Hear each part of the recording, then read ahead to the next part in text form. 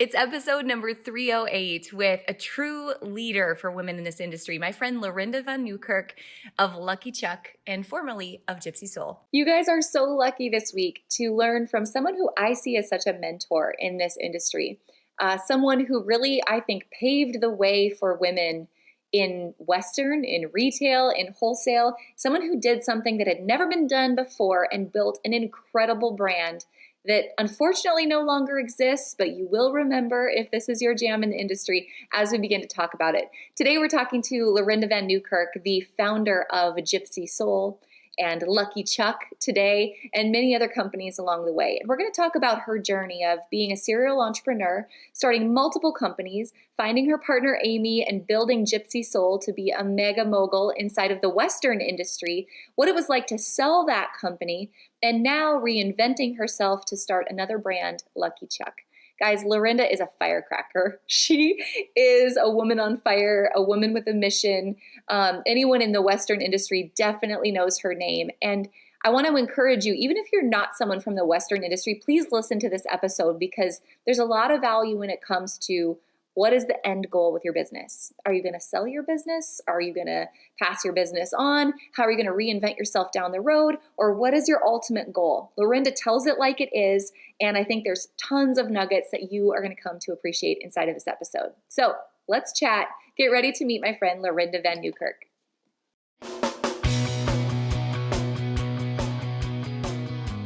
Let's talk about your business, strategy, and the juicy details of what actually works, from mainstream fashion to fashion on Main Street, and the entire ecosystem behind it. How do we scale your company and do it with the balance and the happiness that we all seek? Let's hear from those insiders, experts, and strategists that actually make it happen. I'm your host, Ashley Alderson from the Boutique Hub, and I can't wait to chat.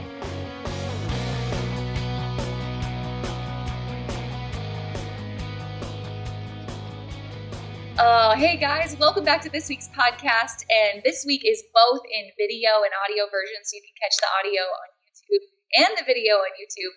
But I am so excited. If I say that I feel like I have my soul sister on the podcast this week, is that a little cliche for this conversation? Probably a little bit. Okay, I will take that anytime I can get it. Oh man, Lorinda Van Newkirk, you have been someone that I think of as such a shining light in the Western industry and in retail industry, in the wholesale industry. Like, you've paved such a path, I think, for so many people to follow. I've always looked at you as kind of a mentor. And so I'm so excited that you're on the show today because we've got some serious rabbit holes to go down, but you have some serious stories to tell as a serial entrepreneur that has definitely been there, done that. So again, thanks for joining me today. Thank you. Thank you for having me. I'm really excited to be here. I feel like I don't get out much, or I guess we don't have to get out anymore because we can just do these. So, but it's fun. It's so fun to visit with everybody in the industry. So thanks for having me. I appreciate it. You are so welcome. It is certainly a small world in this industry. I've learned a lot about you, even just chatting before we jumped on the podcast today, that I'm really excited to share. Just kind of as a little bit of backstory, and I'll let you jump in and kind of finish this for me, but you've had several businesses that you've started and sold along the way. You've had great partners. You've had wins, you've had losses, you have reinvented yourself a number of ways, and today you help other people with whatever their venture is. Tell me a little bit more just about the background of the companies that you've had, and then we'll dive a little deeper into each one.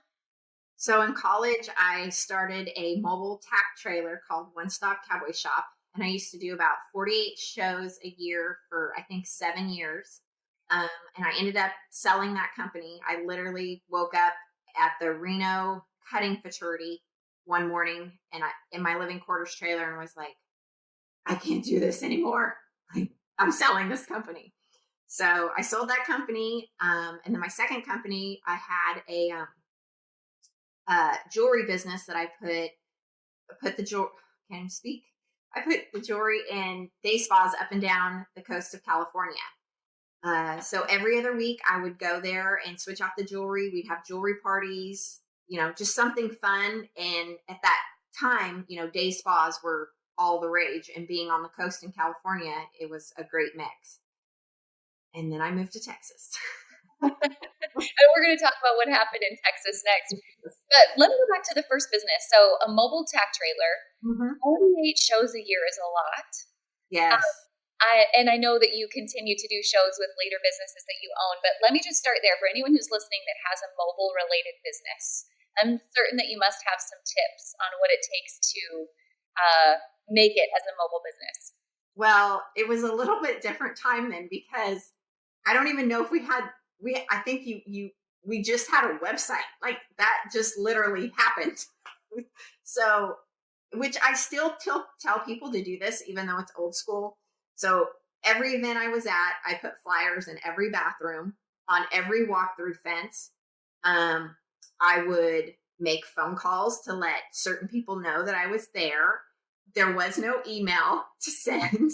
You know, if they did an ad in whatever paper, so like the Roper Sports News in California went out, you know, I would make sure and put a list of where I was going to be at. You know, it was all old school, but at the end of the day, you did everything you could. You checked every box, and at least one of somebody would see one of those things and come see you, you know. And then you always, with the flyers at the bathroom or by the food, you know, you could let people know you were there. That still matters today, honestly. Yeah.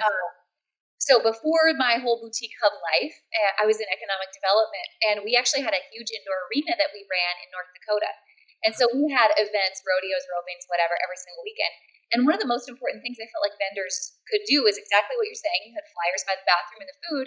But if you could convince the producer to do grab bags when people entered, and you could put Yes. a little coupon or something like that, or you called ahead and got in touch with the Chamber of Commerce or a Main Street Association so they knew you were coming. Mm-hmm. That old school marketing is not old school. It's still no.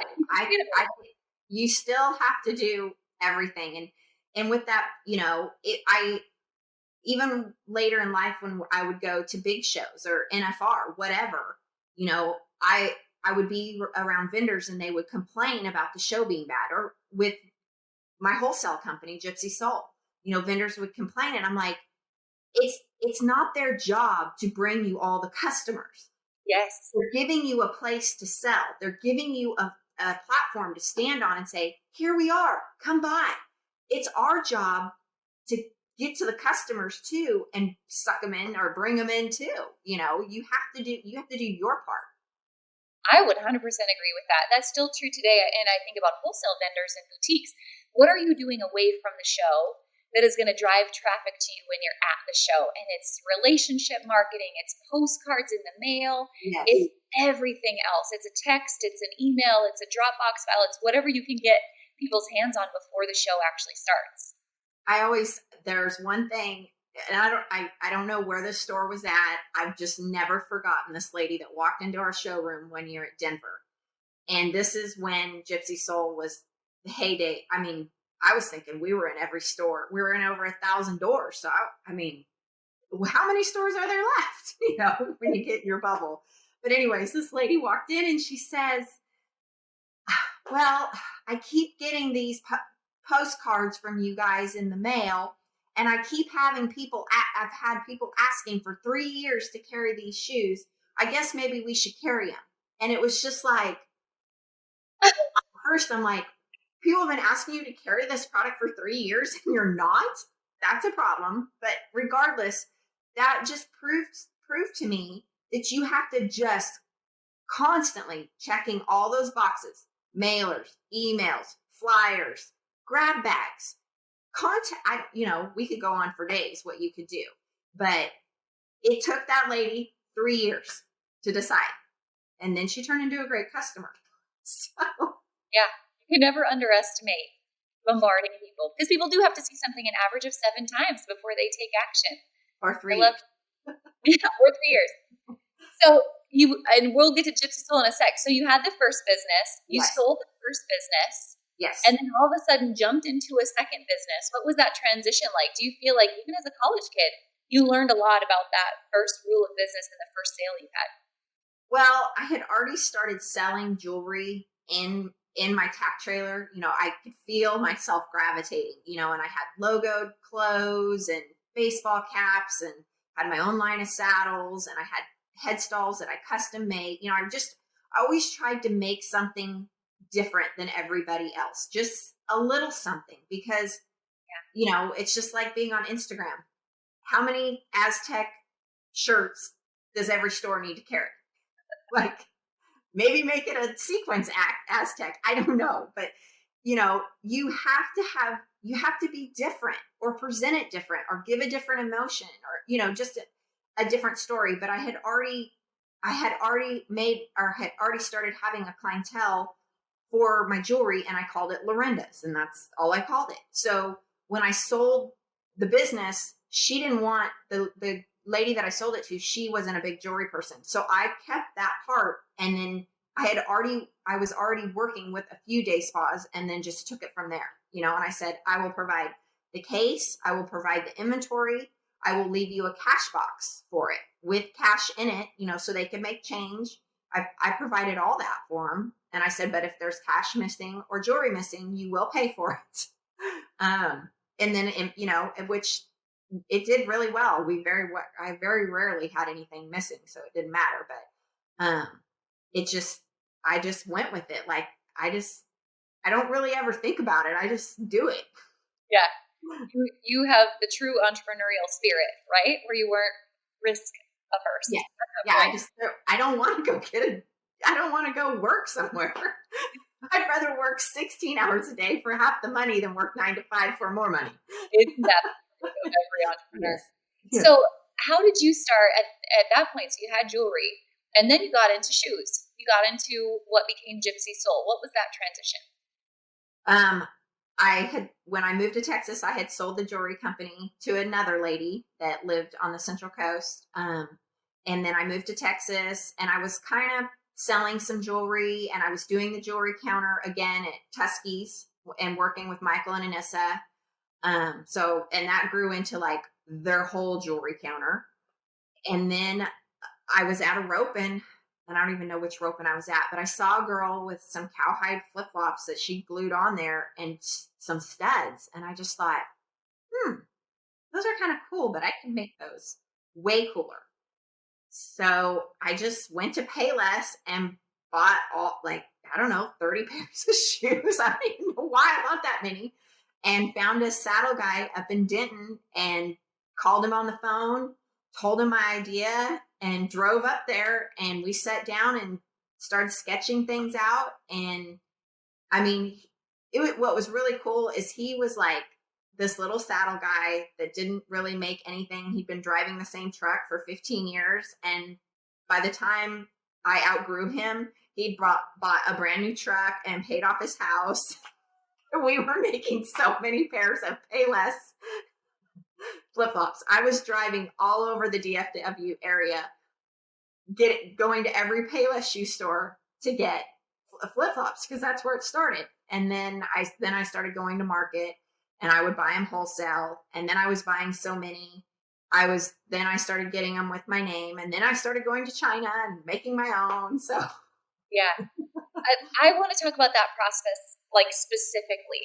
Like, at what point did you feel like, okay, I'm outgrowing this process, now I need to go into manufacturing? And I know, like, just the manufacturing process as a whole is intimidating for a lot of people. yes. Even like, where do I start? I've got this product, I think it's going to do great. Now where do I go with it?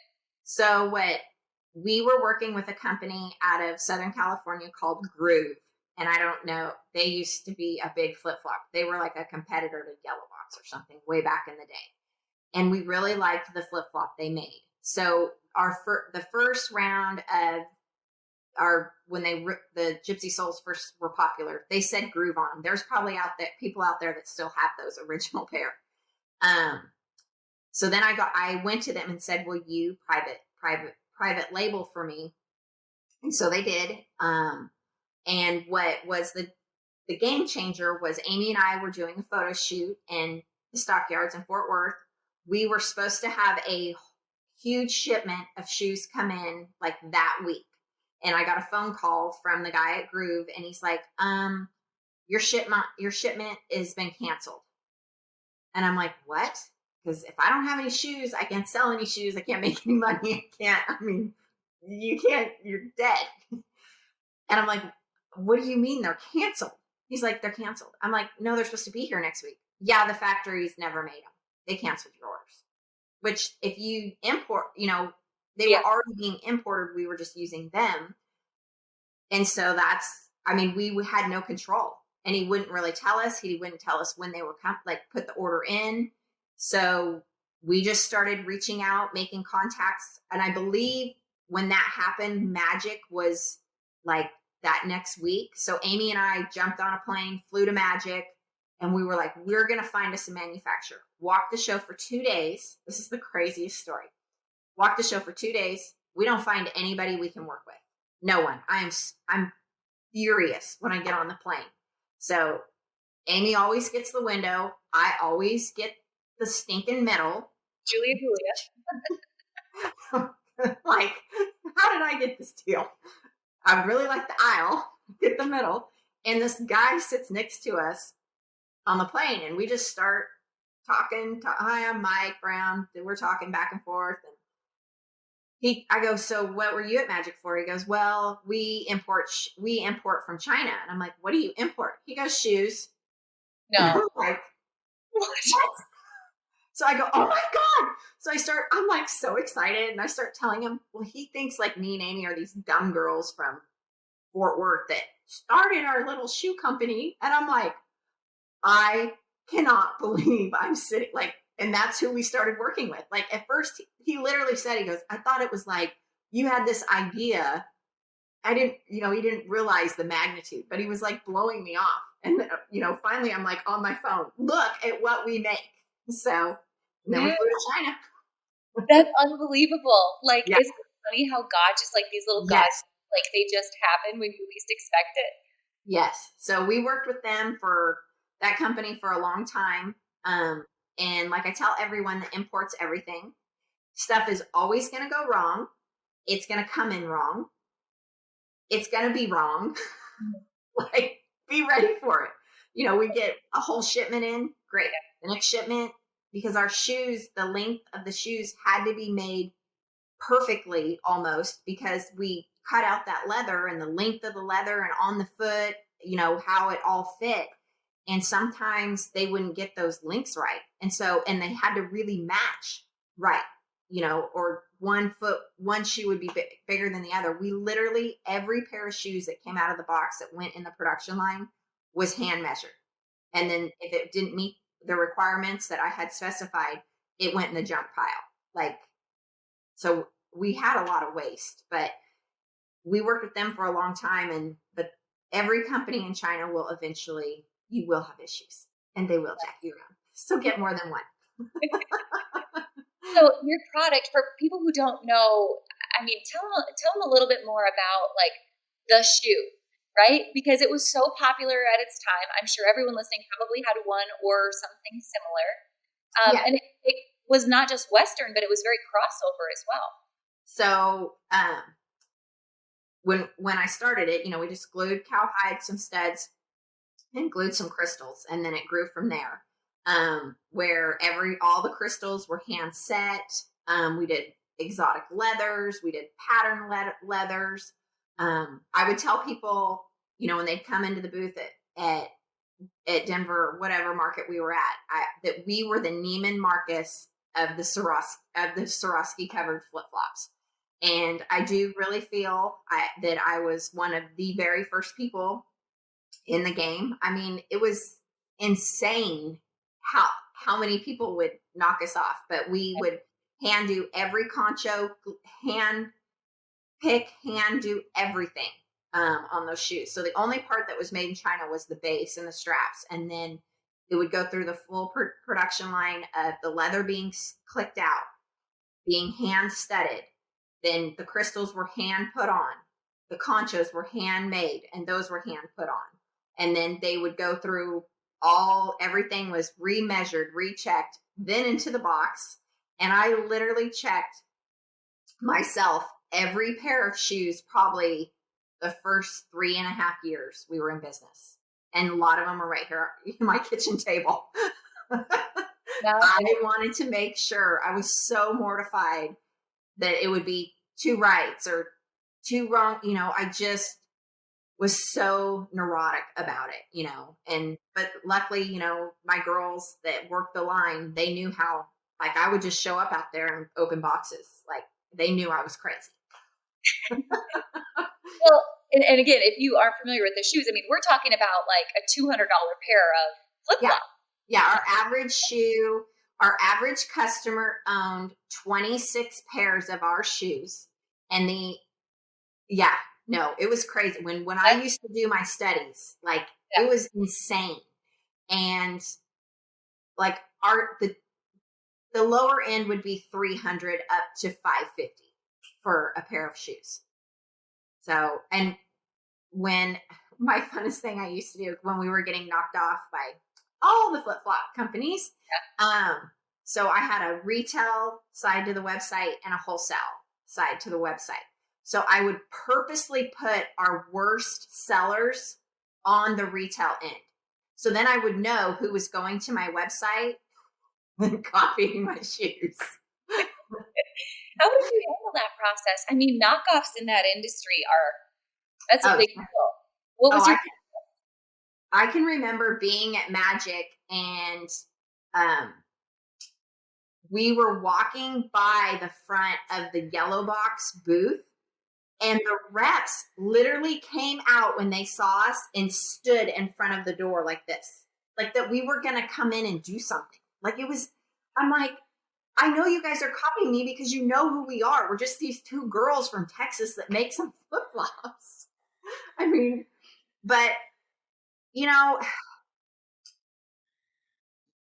you're going to be, if you're doing something good, you're going to be copied.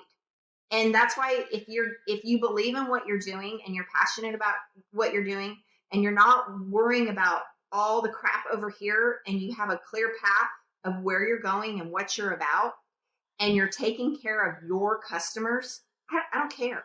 If somebody would, call and say they're selling it for this, then we're not compatible anymore. Like I'm not in the business. My shoes are handmade with real Swarovski crystals. Like you come here and watch me make these and then tell me if they should be cheaper, Yeah. And that's not the business I was in. When I would tell them, I am the Neiman Marcus of the Swarovski flip-flops. If that's not you or your customer, we can just say hi. Yeah. I love that. Know who your customer is, right? Yes. And people want to do business with people anyway. So it's not always price driven. I always say to our members, and I always say cheap isn't loyal. No. But building a brand, that's loyal. No. And that's what, when I would have stores call me and say, your shoes aren't selling. Because I would tell them, if they don't sell, call me. Like, I don't need you telling everybody that these shoes don't sell. So call me.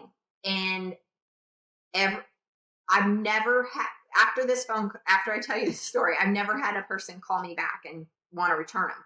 But I would ask them, I'm like, okay, where do you have the shoes displayed? In the shoe section. And I said, let me guess, right next to Yellow Box and blah, blah, blah, whatever, all Corky's, all whatever the names were back then. Montana, whatever. You have a $300 to $500 pair of shoes next to a $24 pair of shoes. Are you going to hang a $24 necklace next to a $500 squash blossom? No. Take my shoes, take them to the front, make a display. My shoes will pay for the square footage that it takes up in the front. My shoes are special. Not everybody gets my shoes. Not everybody gets to buy those. They're not for everybody.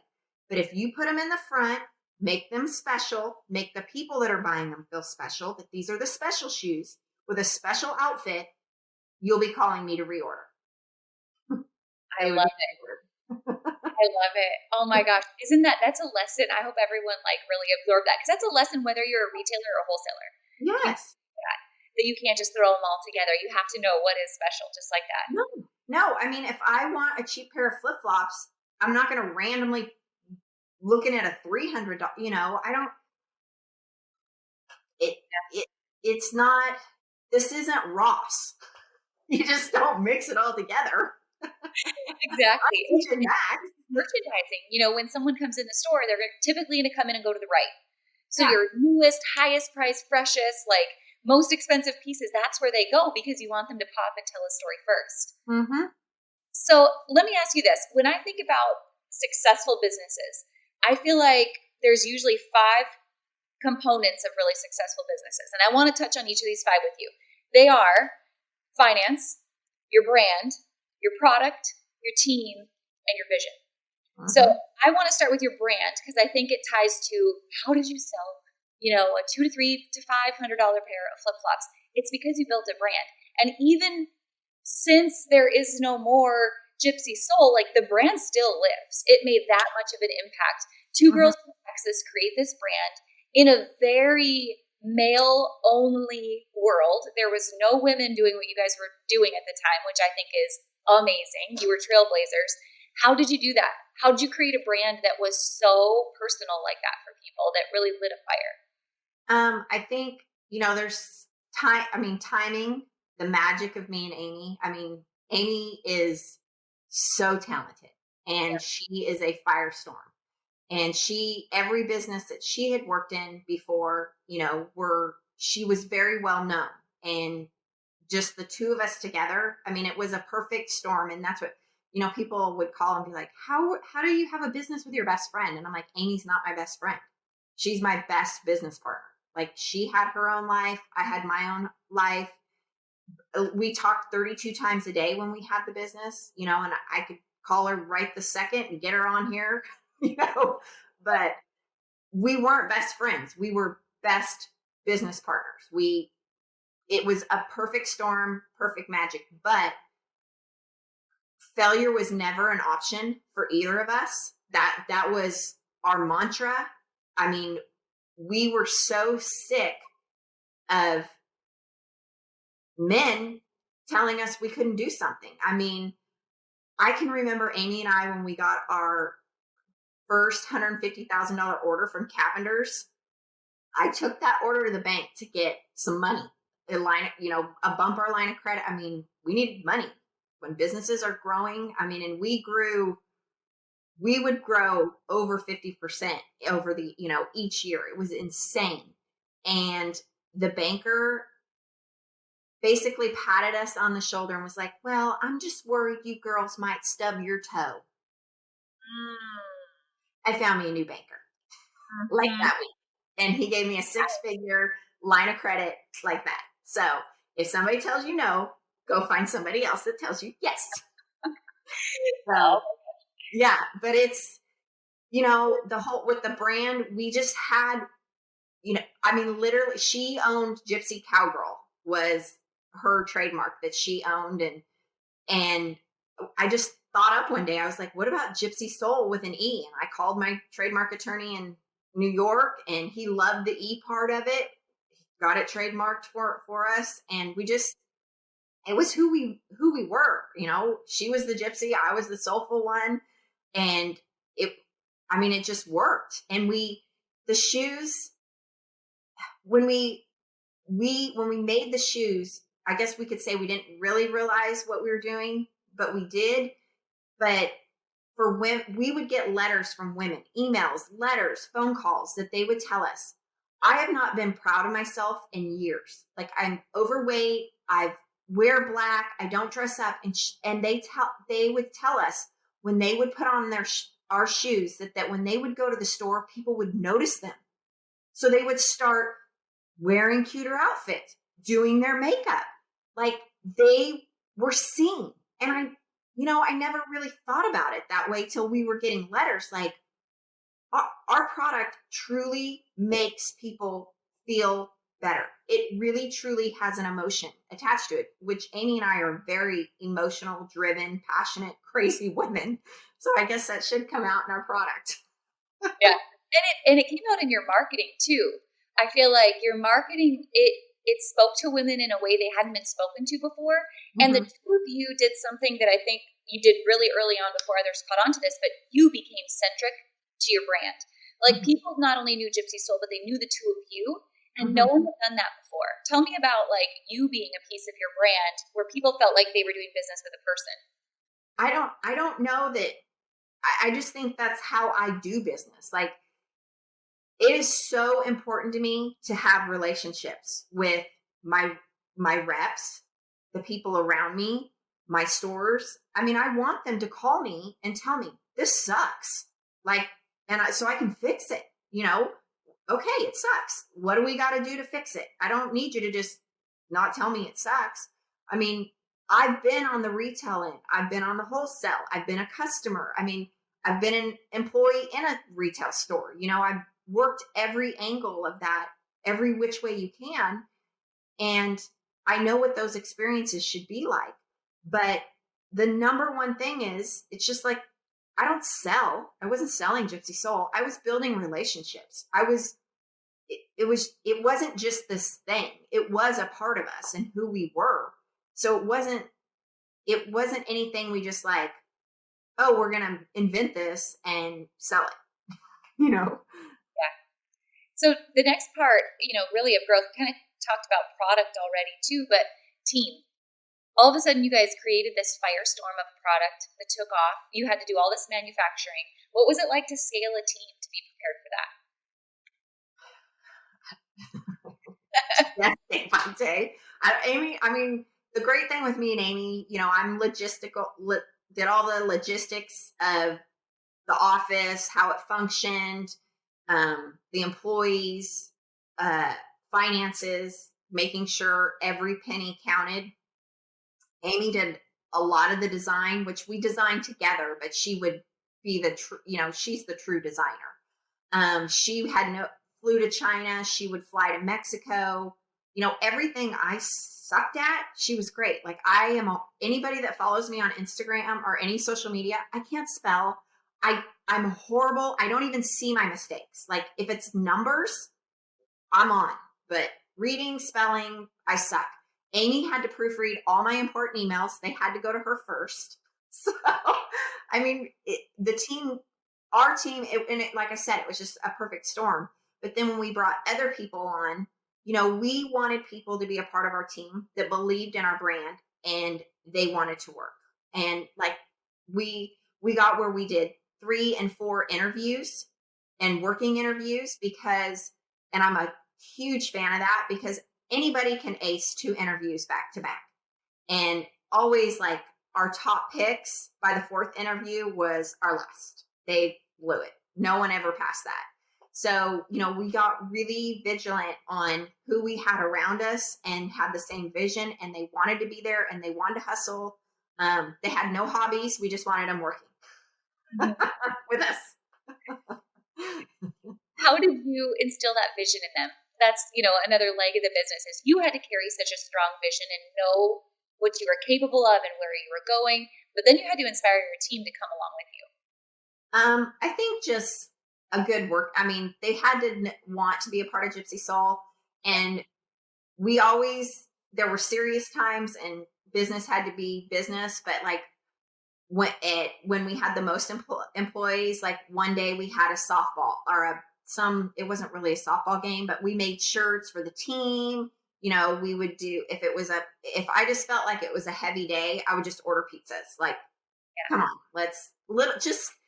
you got to keep morale up, and pretty much everyone that worked for me we had one guy, Rob, that worked for us. Everybody else were women and most of them were single moms. So, you don't know what's going on in their life outside of there. They were struggling or, they were a single mom. They had a lot going on. So, business was business, but we always wanted to be a place. We were the place they could come, and feel a part of something. They were a part of our family. And it's so amazing. Some of my employees are at Tuskie's. And they tell me every time they see me, Lorinda, if Lucky Chuck gets big, we're quitting and coming with you. And I'm like, I'm not having any employees stay at Tuskie's. But it's so amazing, to hear your old employees tell you, if you start a company tomorrow, I'm sending in my resume. I mean, it's awesome. That says a lot. You mentioned that finances, that was your gig. And I know you talk to a lot of boutique owners and wholesale brands and just startup companies today. And sometimes that's an afterthought. Like they have the product and they love the marketing and they love the people, but the finances can be really overwhelming. What do you feel like, what advice would you give, I guess, to those who are newer into business and to scaling a business that they really need to pay attention to in their finances now before it's too late? Yeah. I mean, we all, when we start a business, we're kind of pulling money from, I mean, unless you're like, okay, I'm going to take 20 grand or whatever the number is, and I'm going to just throw it at this. Okay, fine. That's whatever. But, and I tell them, like, in the beginning, we're all a little squiggly, just making it work.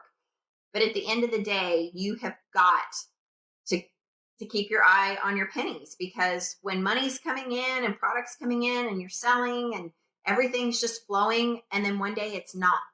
And then you decide, oh, I better see where my money's going. Well, it's too late then. Or the economy sucks, and that's, excuse me. Gypsy Soule and I are, we went through 08, 09, 10 when the economy, like, I literally thought, who is going to buy $300, $400, and $500 flip flops? And we did, we lost a ton. We were in over 1,000 doors. And in that time, we lost half our stores. But I picked up Zappos.com at that time, which I had been trying to get that account for 3 years, like sending flowers on holidays, making nice emails for 3 years. So it all, but that goes back to doing your business, what your vision is, where you're going, and keeping your eye on your pennies, because when those little shops started dropping off, it could have been a huge train wreck if, I wasn't paying attention. And we used to always say, we never want our big box stores to be more, I think it was more than 40% of our business, because if you lose them, what happens? Yeah. You're in trouble. Yeah. I want to ask you about that, because I feel like that's a big question today. So, you can, if you're a retailer, let's say specifically, you can go to Fashion Go, or you can go to Market, whatever. You can buy some brand that isn't really a brand name, and you can bring it in and flip it and sell it. That's great. But then you can also go and you can buy a household name brand like Gypsy Soule was, that is going to attract people to your store, to your website, because they're looking for that specific product. And that's a huge draw, right? Your markup might be different on those two things. But then kind of a pain point that I see from boutiques, they're like, well, if that's the case, if I'm going to bring in this brand that's a draw, I don't want them to compete with me on Zappos or a big box store. But really, there is a way to balance both. And I think even through this conversation, it's important that we remember that brands are small businesses too. And you can't put all of your eggs in one basket, just like they can't put all of their eggs in one basket. So how do you manage the relationship of selling both to a big box and to a boutique? So I would tell, if we had people say something like that to me, sometimes I would tell them, well, am I your only shoe brand, or, or something that's a competitor to me? Am I the only one you're bringing in? No. And number two, if you are a boutique or a small store, your customer, they could order off Zappos. We all can order off Zappos, but we don't want to go to Zappos always. I mean, we want to go to the store, try it on, have the experience. And if the store is doing their part in managing their customers and doing what they're supposed to be doing, that's not even a question. And that's just basically, I feel like when people go down that rabbit hole, then you don't want to carry them, and, or, you would get, because we had the retail and the wholesale, and on my retail website, the shoes were $10 more on my website than what the retailer sold them for. So they would be $310, and in the store they were $299.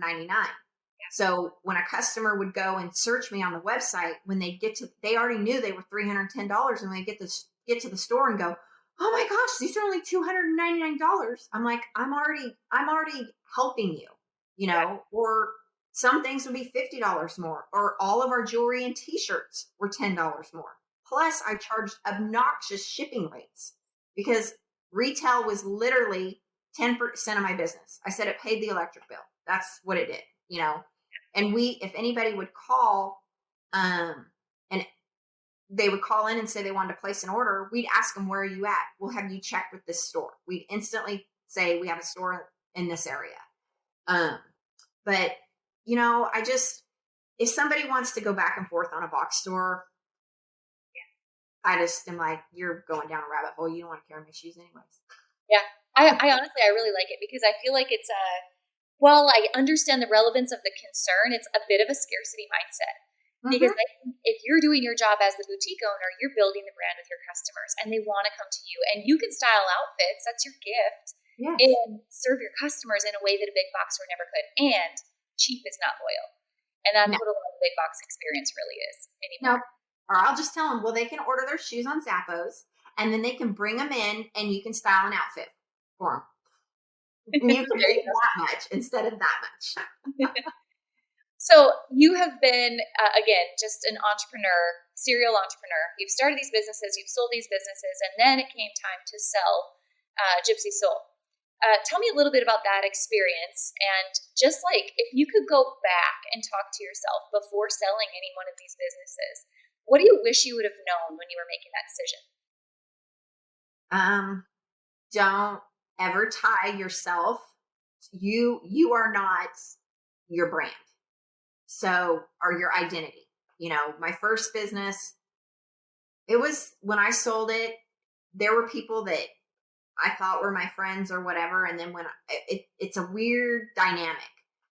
So I had already went through that with the first business. Second business, I didn't care. I was like, buy it, income, I'm on to new things. And I'm in Texas. Amy and I looked for investors for a lot of years to grow Gypsy Soule. And I tell people that, I mean,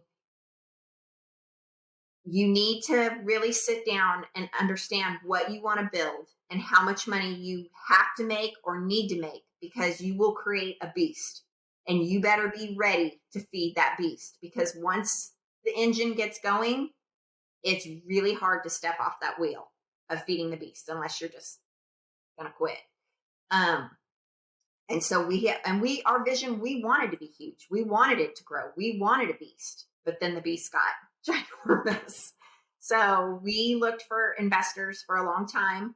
And we did get an investor, sold 60% of the company to that investor. It was really a great time. We were growing crazy, had expanded into purses and boots and jeans. And we were supposed to be this new, amazing brand. And the investor decided 18 months into it that he was pulling the plug on all of us. We were a tax write-off for his bigger company. So to tell myself before, it's a hard question because I'm a risk taker and I wanted the brand to grow, and I'm always pretty much willing to take the risk. I didn't have a bad gut feeling at the time. 6 months into the deal, I had a gut feeling. My gut feeling ended up being right. So, I would probably have to say, as many years as it took Amy and I to find an investor, we probably should have not made the beast so big, and just not grow as fast. But it's hard when the orders are coming in. You don't turn them down. You just keep hustling. And I mean, literally, we went from doing 150,000 a year to like 800,000, and then that next year well over $1 million. I mean, it was just those first years, and it just kept going. And to keep up with that cash flow and wanting to change the product and get more jewelry and do our own t-shirt bodies, and we wanted to expand into jeans. I mean, it's hard when the orders are coming in. So you just, a banker will tell you need to control your growth. Yeah, you do. But he's the banker. He's not sitting in your chair. That's why he doesn't do what you do. It's easy to say that from your little pencil desk. So, yes. But I don't regret doing what I did. I wouldn't do, there's things, hindsight, I would have done a little bit different in the end. I'm a true believer. God makes everything happen for a reason, and I will always take the high road. And you you can sit here, hindsight, you can sit here and think shoulda, coulda, woulda, but we did it. And Gypsy Soule was amazing. And so many people still love it. I mean, literally last week, when I was at World's Greatest Horseman, I had a lady, she's like, I have the person to front the whole money to start Gypsy Soule again, if you will just do it. I mean, I don't understand why you just can't do it. And I'm like, it's so much bigger than that. Like, I'm just thinking, oh my God, a production line again, I'm just, yeah. I mean, they don't know, but it is so flattering that so many people, I mean, I still get emails on my web, from my website that, do you know where I could still buy some, or, Yeah. but I guess the biggest thing I would say, investors aren't always going to be the answer, and more money isn't always going to be the answer, and bigger and better, isn't always the answer. But I was, in the heyday of it. I love it. Well, it created something that will forever live on, certainly, and it paved the way for so many people that you probably don't even know. Me being one of them, I just am so inspired by what you've done and you continue to do, because you're still giving back in the lessons that you learned during that time to anyone who will listen today. Yes. I want to talk about some of those lessons, but I also just want to talk about, in the aftermath of that, you've recreated yourself. What is the process like of recreating yourself and creating something new? Well, it's taken a few years. I was really tired. I have to say, like, I didn't even realize how exhausted I was, just flying to China and just running a company, a multi-million-dollar company like that. And then I had to have, people helping me with my kids, people helping me at home, nanny. I mean, there was just so much. And then to go from, getting 1,000 emails a week to 30, I don't even remember. I mean, but I was tired, for a long time, and just took a breath and consulting. And then I did, if you can see my shirt, it says Lucky Chuck. So I thought up this brand in about a year after Gypsy Soule ended, and I trademarked it, did a bunch of stuff, got the web, all the normal business stuff that we do, and just sat on it. And then I was going to make socks. I wanted to make these amazing socks, which we still may do that. I keep trying to get Twisted X to partner with me on this, and Prasad thinks I'm crazy, the owner of Twisted X. But anyways, but I just couldn't get exactly what I wanted. The minimums were crazy, because we're going overseas. And I just thought, Lorinda, just shut it down. So this year, I found a company to work with that they warehouse all my shirts. They handle all my customer service. They ship it for me. And so I thought, I think we could do this. And I got with my daughters, and my oldest daughter's name is Charlie. So that's kind of where the Lucky Chuck came from. But I started this company for my girls, for them to be a part of something, have ownership in something. They can go to college and, work at Target, or they can help with Lucky Chuck. So Charlie and Jaylee doesn't want to model. Charlie loves to model and talk about the product and do all the social media stuff. And Jaylee likes to take the pictures. So they're figuring all that out. I've done some photo shoots and Amy and I've done what we do together. She's helped me with the girls.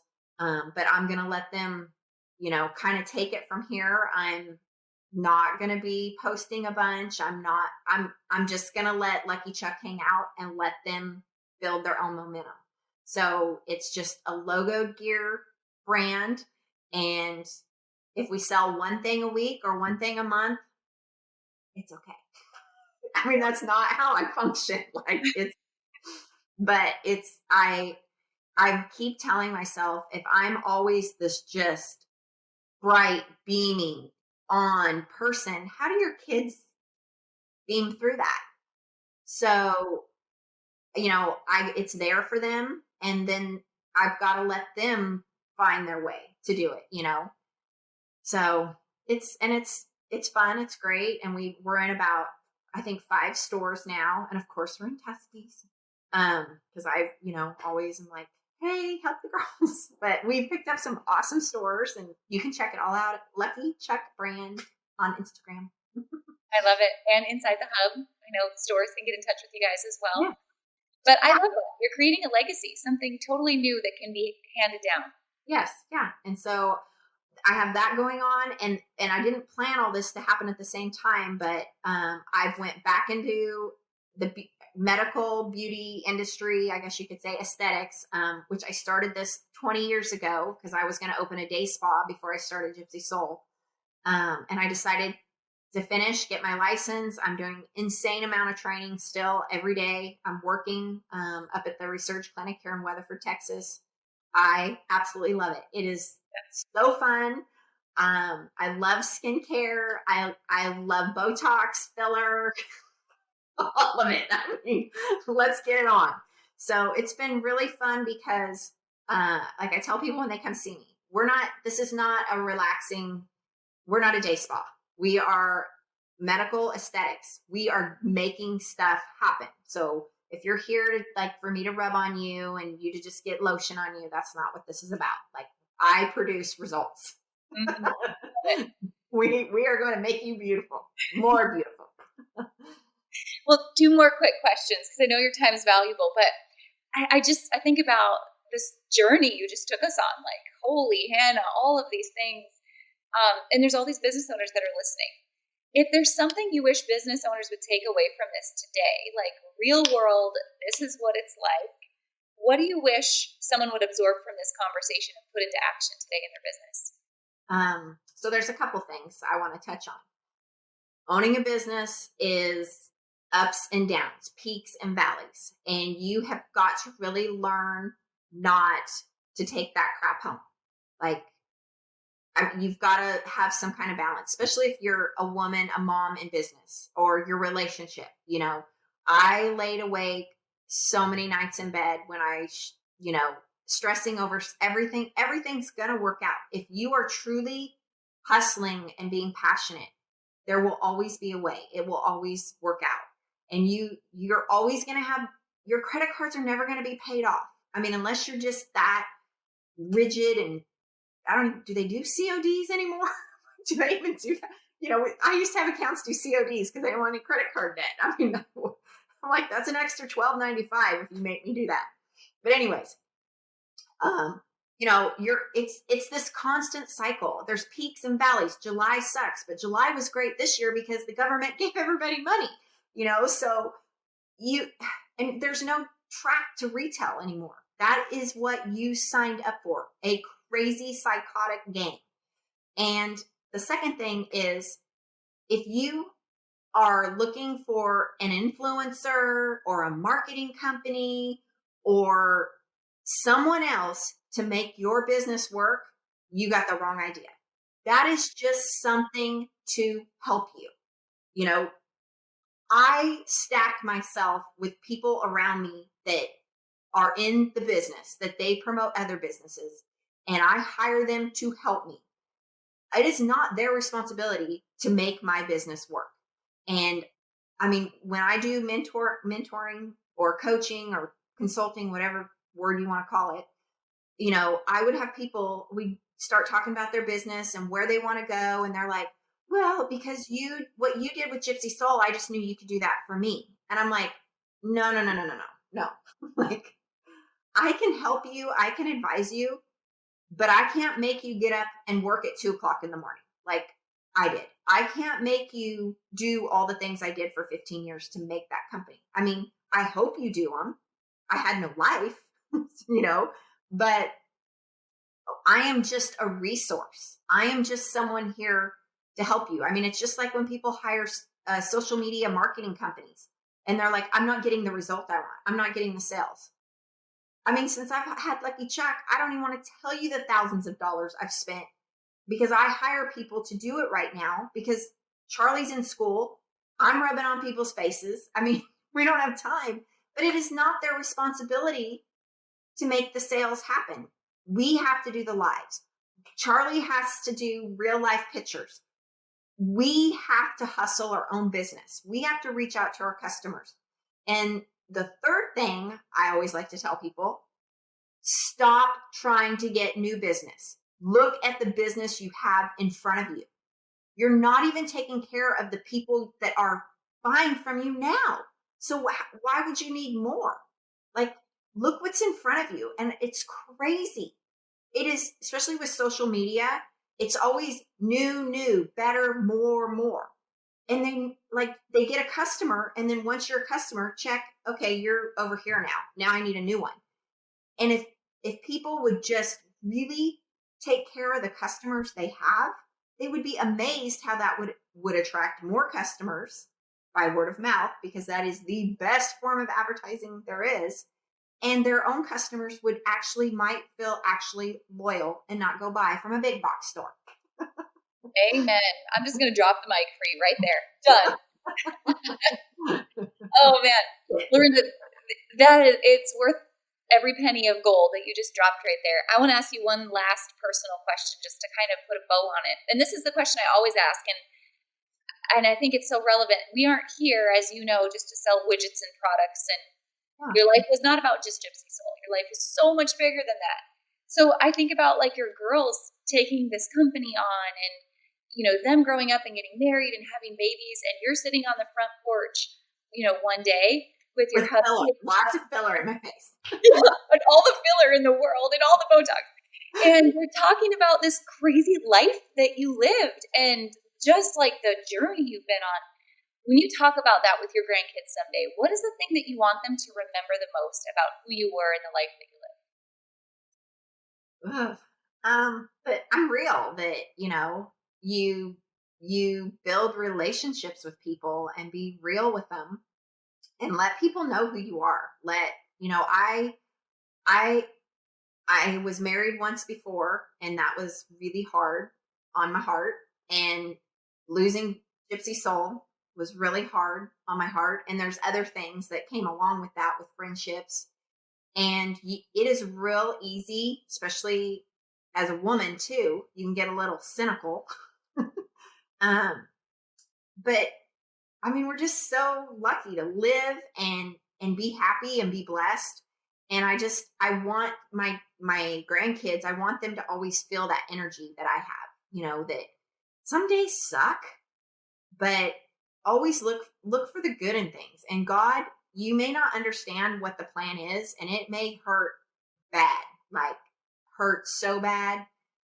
You don't know why this is happening, but there always is a big picture, and I just, I want them to be successful, but that could be different for all of them. That's not about money. I mean, the best thing in my life is my marriage and my kids, and if the rest and my gray horse, but if everything else just kind of fell away, it would be okay. I mean, and that's when I get, I'm always wanting to work and do things, and like with Lucky Chuck, or even with my aesthetic, my face business, I'm always on and going and just a lot. And I'm finally getting to the point, like, timing, just take a breath and it'll all come together. I think that's what I wanted to do. It was a lot. Perfect. Lorinda, thank you so much for spending this time with us today. You are such a light. You're such a leader. You have paved the way for many. Thank you for who you are and the legacy that you're leaving. Thank you. Thank you for having me. I really appreciate it.